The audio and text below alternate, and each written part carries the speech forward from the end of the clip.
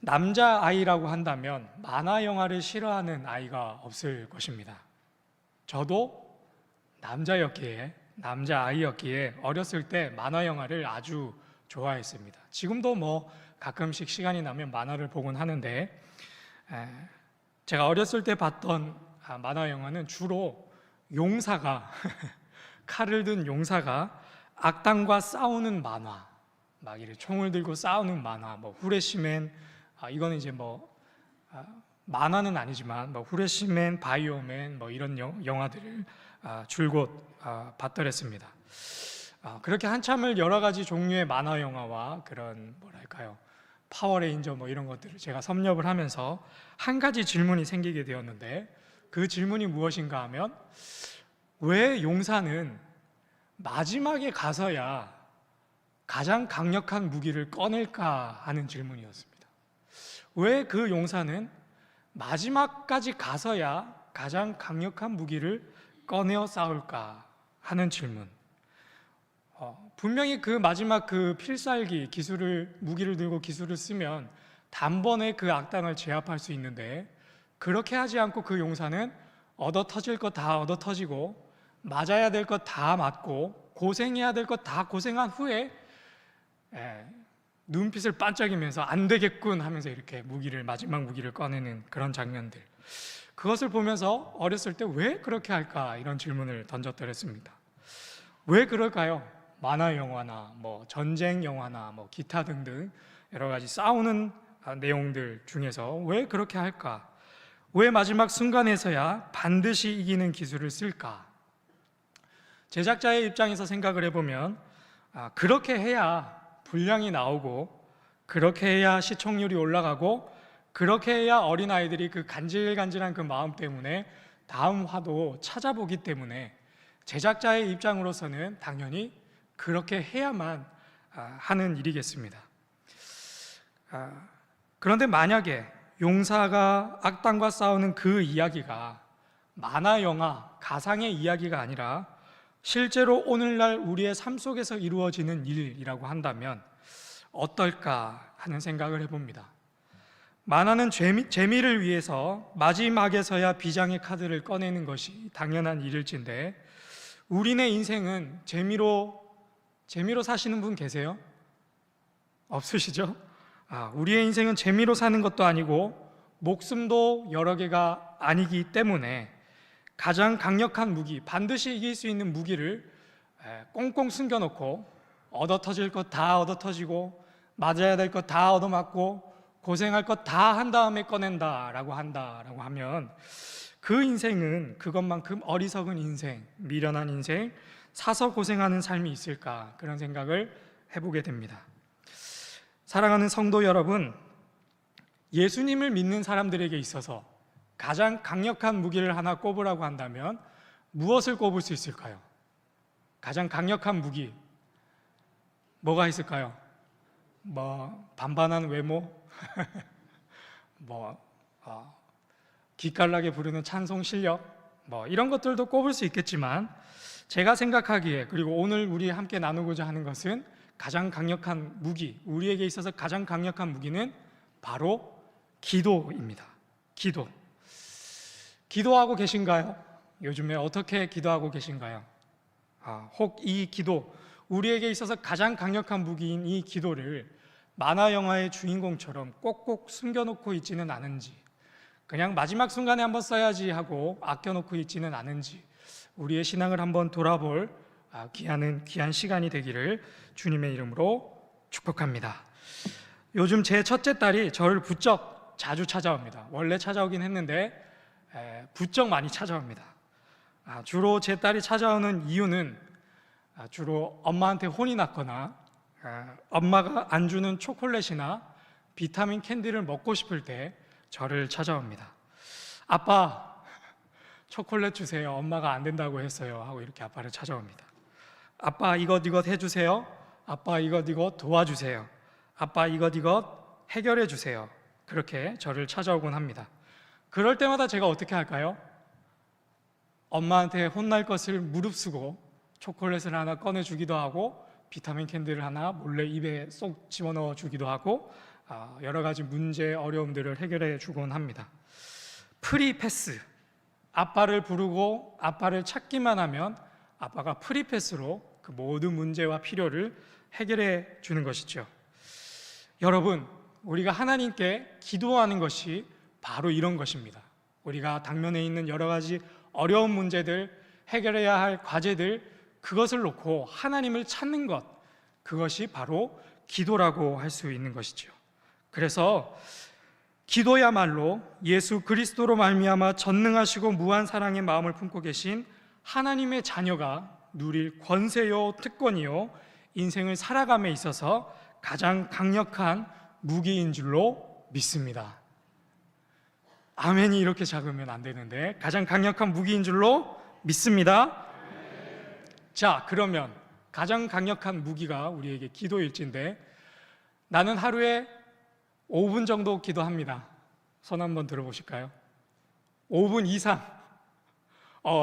한 분 나왔는데 큰일 났네요. 부끄러워서 못 드시는 거죠?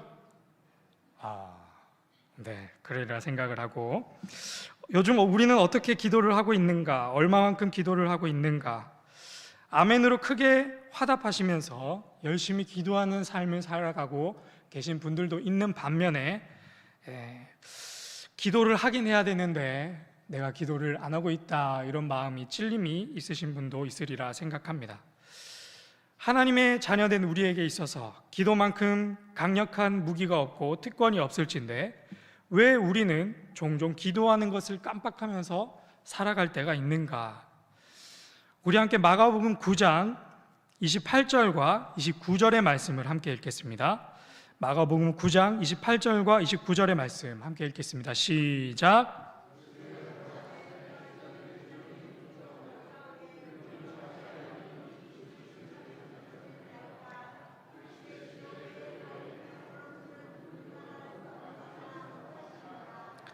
아멘. 우리는 왜 기도를 하지 않을까? 우리는 왜 기도하는 것을 깜빡하면서 살까? 그 이유 첫 번째는 바로 기도하지 않아도 내 경험과 지식과 내 지혜로 충분히 살 수 있다라고 은연중에 생각하고 있기 때문입니다. 기도하지 않아도 내가 가지고 있는 지혜, 지식, 경험, 물질 그 어떤 것으로 나는 충분히 잘 살 수 있다라는 그 은연중에 그 믿음이 있기 때문입니다. 우리가 방금 읽은 마가복음 9장의 본문에서 예수님의 제자들이 더러운 귀신을 쫓아내는 사역을 예수님으로부터 위임받아서 하고 있었습니다. 그런데 좀처럼 이 귀신이 쫓겨나가지 않고 오히려 제자들을 대적하기 시작합니다. 그래서 귀신을 쫓아내고 있던 그 사역을 하고 있던 제자들과 또 함께 모여있던 많은 무리들이 적잖이 당황하기 시작합니다. 이에 예수님께서는 그 모습을 보시고 한탄하시면서 귀신을 대신 쫓아내어 주십니다. 그리고 나서 집에 들어와서 제자들이 예수님께 조용히 이렇게 묻고 있습니다. 우리가 귀신을 쫓아낼 권능을 받았고 불과 며칠 전에는 우리가 당신의 이름으로 귀신을 쫓아내었는데 왜 이번만큼은 귀신이 쫓겨나가지 않았습니까? 라는 질문을 예수님께 던진 것이죠. 그랬더니 예수님께서 말씀하시길 기도 외에는 다른 것으로는 절대로 할 수 없는 일이다 라고 분명히 말씀하고 계십니다. 여러분, 제자들이 왜 귀신을 쫓아내지 못했습니까? 기도하지 않았기 때문입니다. 제자들은 본문 이전에 마가복음 6장에서 벌써 귀신을 여러 번 쫓아낸 경험이 있었기 때문입니다. 그래서 기도하지 않은 겁니다. 내 지식, 내 경험, 내 지혜로 이 문제를 내가 충분히 해결할 수 있으니 기도하지 않은 것이다 라고 할 수 있겠습니다. 마찬가지로 우리도 왜 기도해야 된다라는 것을 알면서 기도하지 않을까? 내 힘과 내 지혜로 내 삶이 충분히 행복하다, 살만하다라고 착각하면서 살고 있기 때문입니다. 어제, 그제 했던 그 일은 내게 너무 익숙하고 평범한 일이어서 기도하지 않아도 괜찮다 여기는 그런 안일한 마음 때문인 것이죠. 하지만 마가복음 9장에 기록되어 있는 그 제자들의 모습을 보십시오. 어제와 똑같이 했음에도 불구하고 어제와 전혀 다른 결과를 맞이하여 귀신으로부터 모욕과 수치를 당하고 있는 그런 경험들. 그래서 우리는 이 제자들의 모습을 통해서 반성하면서 나도 기도해야 되겠구나라는 마음가짐이 필요하겠습니다. 내가 보기에 너무 쉬운 문제도 기도해야 되고 매일매일 반복되는 그 평범한 일상을 놓고서도 우리가 기도해야 하겠습니다. 우리가 기도해야 함을 알면서도 기도하지 않는 두 번째 이유는 우리가 늘 습관처럼 내뱉는 말인데요, 바로 바빠서 기도 못하고 시간이 없어서 기도 못합니다. 그런데요, 여러분, 가슴에 손을 얹고 한번 생각을 해보십시오. 진짜 바빠서 기도 못하는 사람 있을까요? 진짜 시간이 없어서 기도 못한다라고 하는 말이 맞는 말일까요? 기도의 본을 보이신 우리 예수님의 모습을 통해 우리 한번 살펴보도록 하겠습니다. 마가복음 1장 34절과 35절의 말씀 함께 읽겠습니다. 시작. 예수께서 각종 병이 든 많은 사람을 고치시며 많은 귀신을 내쫓으시되 귀신이 자기를 알므로 그 말하는 것을 허락하지 아니하시니라. 새벽 아직도 밝기 전에 예수께서 일어나 나가 한적한 곳으로 가사 거기서 기도하시더니. 아멘. 예수님께서 공생의 사역을 시작하면서 수많은 사람들이 예수님을 찾아오기 시작했습니다. 그리고 이 날도 예수님은 종일토록 사람을 만나시면서 병든 사람을 고치시고 귀신 들린 사람에게 귀신으로부터 자유와 해방을 선포하고 다니셨습니다. 방금 읽은 본문 말씀에서 중요한 것은 바로 새벽 아직도 밝기 전이라는 단어입니다. 예수님께서 언제 기도하셨습니까?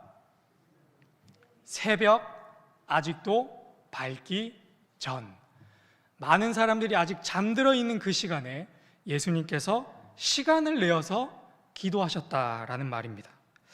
우리 같으면 하루 종일 일하고 들어와서 고된 육신을 이어서 단 5분이라도 더 자려고 하는 것이 우리네 모습일진데, 예수님께서는 그토록 바쁘셨음에도 불구하고 그토록 고된 삶을 사셨음에도 불구하고 자고 쉬는 시간을 줄여서까지 기도하는 것에 열심을 쏟으셨습니다. 왜냐하면 10분, 20분 더 자는 것보다 10분, 20분이라도 시간을 내어 기도하는 것이 더 유익하다고 생각하셨기 때문입니다. 그 기도하는 시간이 수면 시간보다 예수님께서는 더 필요하고 값진 시간이었기 때문입니다. 그래서 예수님의 모습을 통해서 확인할 수 있는 바, 바쁘니까, 시간이 없으니까 기도 못하는 것이 아니라 안 하는 것이죠. 우리는 사랑하는 신일의 성도 여러분, 바빠도 기도해야만 합니다. 없는 시간이라도 기어코 내어서 기도하는 우리 모두가 되기를 주님의 이름으로 축복합니다. 우리는 왜 기도하지 않는가? 세 번째 이유 뭘까요? 왜 기도하지 않을까? 제가 설교를 준비하면서 곰곰이 생각을 해봤는데 기도를 하지 않는 이유는 정답입니다.